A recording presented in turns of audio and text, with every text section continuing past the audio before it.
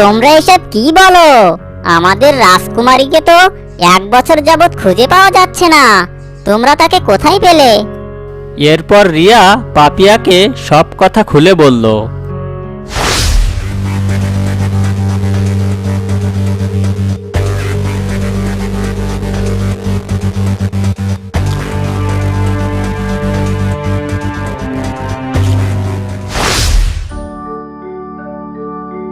আমাদের রাজকুমারী হারিয়ে যাওয়ার পর থেকে আমাদের রাজা দিন দিন অনেক অসুস্থ হয়ে পড়েছেন।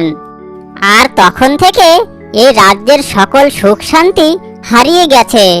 আমিও চাই আমাদের রাজ্যের সুখ শান্তি যেন আবার ফিরে আসে। তাই তোমাদের আমি সাহায্য করব। রাজকুমারীকে ফিরিয়ে আনতে যত রকম সাহায্য লাগে সব তোমরা আমার থেকে পাবে। তোমার কথা শুনে আমি অনেক খুশি হলাম। ধন্যবাদ তোমাকে। আচ্ছা, কথা বলতে বলতে তোমার নামটাই তো জানা হলো না। তোমার নাম কি? আমার নাম পাপিয়া, করি শুধু পো পো পো। ওমা, তোমার নামটা তো অনেক সুন্দর। ধন্যবাদ তোমাকে। ঠিক আছে, চলো তাহলে এবার আমরা সামনের দিকে এগিয়ে যাই। ঠিক আছে, চলো তাহলে। ওয়ে হিং চিং পিং পাচ্চু আহা, ওহে হিং চিং পিং পাচ্চু আহা, ওহে পিং চিং হিং বিং টিং পাচ্চু আহা। আরে, এই খাঁচার মধ্যে আমি কি করে আসলাম? আমাকে এখানে আটকে রাখা হয়েছে কেন? কে আছো, বাঁচাও আমাকে। কে আছো, বাঁচাও। নাম আমার আব্বাস, মায়েদি তো সাব্বাস, তাই আজ আমি দেবদাস। এই বেটা হারামখোর, চেঁচাবি কম, তা না হলে কিন্তু তোর গলা টিপে এখনই মেরে দেব।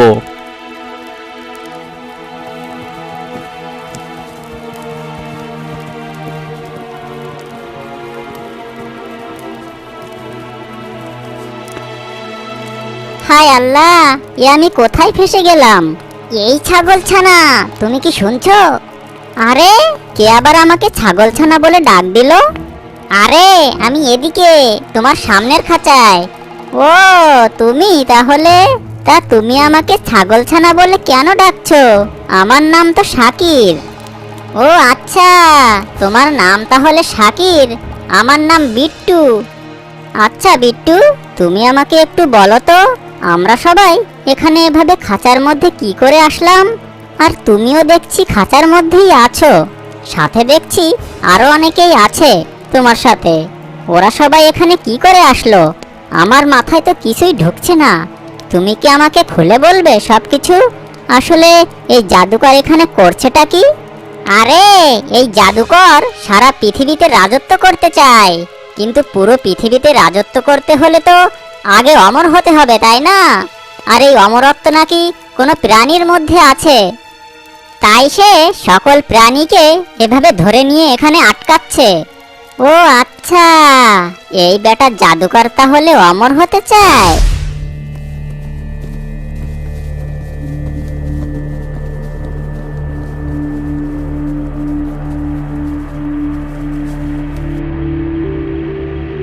আরে আরে, এ আমি কোন দুনিয়ার মধ্যে চলে আসলাম? এত সুন্দর জায়গা, এটা আবার স্বর্গ নয় তো? কিন্তু আমি তো এখনো মারা যাইনি, তাহলে স্বর্গে আসবো কি করে? কিছুই তো মাথায় ঢুকছে না। না, এত চিন্তা করলে আমার হবে না। যাই যাই, সামনের দিকে এগিয়ে যাই, দেখি ওই হতচ্ছাড়ারা কোন দিকে গেল।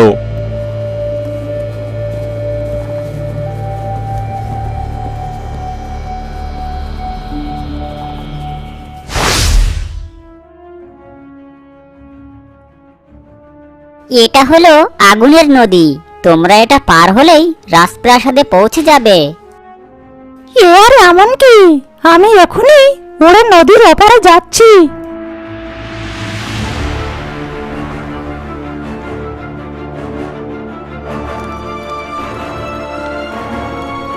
হায় আল্লাহ, এটা কি? এ পাখিটার হঠাৎ কি হলো যে ও এই নদীতেই পড়ে গেল? শোনো রিয়া, এটা হলো জাদুই নদী। এটা উড়ে বা সাঁতরে পার হওয়া যাবে না। এটা পার হওয়ার জন্য তোমাকে অন্য কোনো পথ বের করতে হবে। অন্য কোনো পথ? সেটা কি আমাকে বলো। সেটা তো আমি জানি না, সে উপায় তোমাদেরকেই খুঁজে বের করতে হবে। আচ্ছা, সবাই মিলে ভাবলে নদী পার হওয়ার কোনো না কোনো একটা উপায় ঠিক বের হবে। আরে এই হতচ্ছাড়ারা গেল কোথায়? ওদের পিছু নিয়ে তো এখানে চলে আসলাম। এদিকে খুব ক্ষুধা পেয়েছে, কোথাও খাওয়ার মতো কিছু তো দেখতে পারছি না। যাই আর একটু সামনে, দেখি কোনো খাবার টাবার পাই কি না।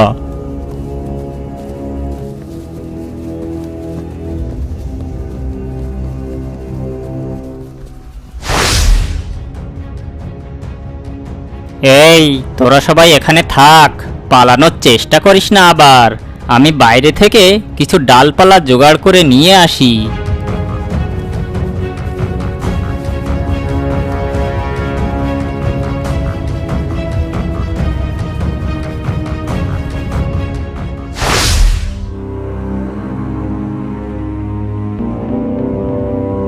অনেকক্ষণ তো হয়ে গেল, এখন পর্যন্ত নদী পার হওয়ার কোনো উপায় মাথায় আসলো না।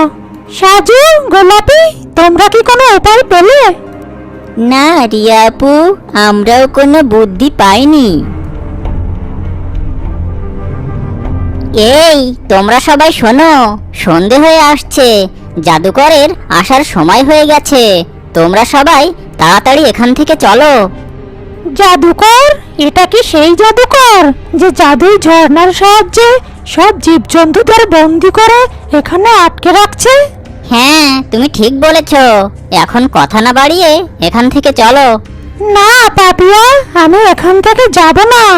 আজকে ওই জাদুকরকে মেরে আমি আমার ভাই আর এই রাজ্যের সবাইকে ওর হাত থেকে রক্ষা করব। পাগলামি করো না রিয়া, চলো আমরা এখান থেকে এখন যাই। কোনো পরিকল্পনা না করে জাদুকরের সাথে মোকাবেলা করা ঠিক হবে না। হ্যাঁ, আপনি একদম ঠিক বলেছেন। ঠিক আছে, তোমরা সবাই যখন এত করে বলছো, ঠিক আছে, আমি জাদুকরের ওপর কোনো হামলা করব না, শুধু আড়াল থেকে দেখব ও কি করে। পাপিয়া, তুমি তো এখানকার সব কিছু ভালোভাবে চেনো, তুমি সবাইকে নিয়ে কোনো সুরক্ষিত জায়গায় চলে যাও। ঠিক আছে রিয়া, তুমি যা বললে আমি সেটাই করছি। তবে তুমি একটু সাবধানে থেকো। আচ্ছা ঠিক আছে, আমি সাবধানে থাকবো।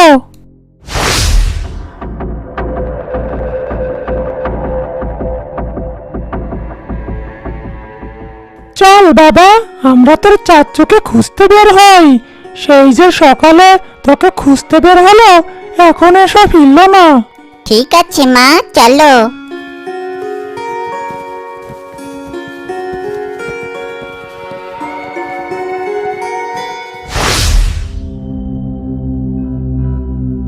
আচ্ছা বিট্টু, এই জাদুকর এখন কোথায় গেল তুমি কি জানো? না শাকির, আমি জানি না। তবে ও প্রতিদিন সন্ধ্যের আগে এখান থেকে চলে যায় আর সকালে এখানে আসে। আমি এখানে এসেছি 7-8 দিন হবে, তখন থেকে তো আমি এটাই লক্ষ্য করছি। ও আচ্ছা, তাহলে এখান থেকে পালানোর এটাই মোক্ষম সুযোগ। আরে বানর ভাই, তুমি এখানে? তুমিও এই দুষ্টু জাদুকরের জালে ফেসে গেছো? হ্যাঁ শাকির, তোমরা আমার ওখান থেকে আসার পর আমি শুনি আমার ভাই খুব অসুস্থ। তাকে দেখার জন্য আমি রওনা দিয়েছিলাম, আর পথে খুব তৃষ্ণা পেয়েছিল, তাই ঝর্ণার পানি পান করি আর এখানে চলে আসি। এভাবে আর কতদিন সেই প্রাণীকে খুঁজবো যাকে বলি দিতে পারলে আমি অমর হয়ে যাব। এদিকে তো প্রতি রাতে আমি সবুজ সিংহে পরিণত হই। বেটার রাজা এটা জেনে গেছিল যে আমি রাতে সিংহ আর দিনে মানুষ হয়ে যাই, তাই বেটাকে অসুস্থ করতে হলো যাতে ও এটা কাউকে বলতে না পারে। কেননা ও যদি এটা কাউকে বলে দিত তাহলে আমার অমর হওয়ার আশা একেবারেই শেষ হয়ে যেত। ও, তাহলে এই ব্যাপার। বেটা নিজে এক অভিশপ্ত মানুষ। কিছুক্ষণ পর তো রাত হবে, দেখি জাদুকর বেটা কি করে।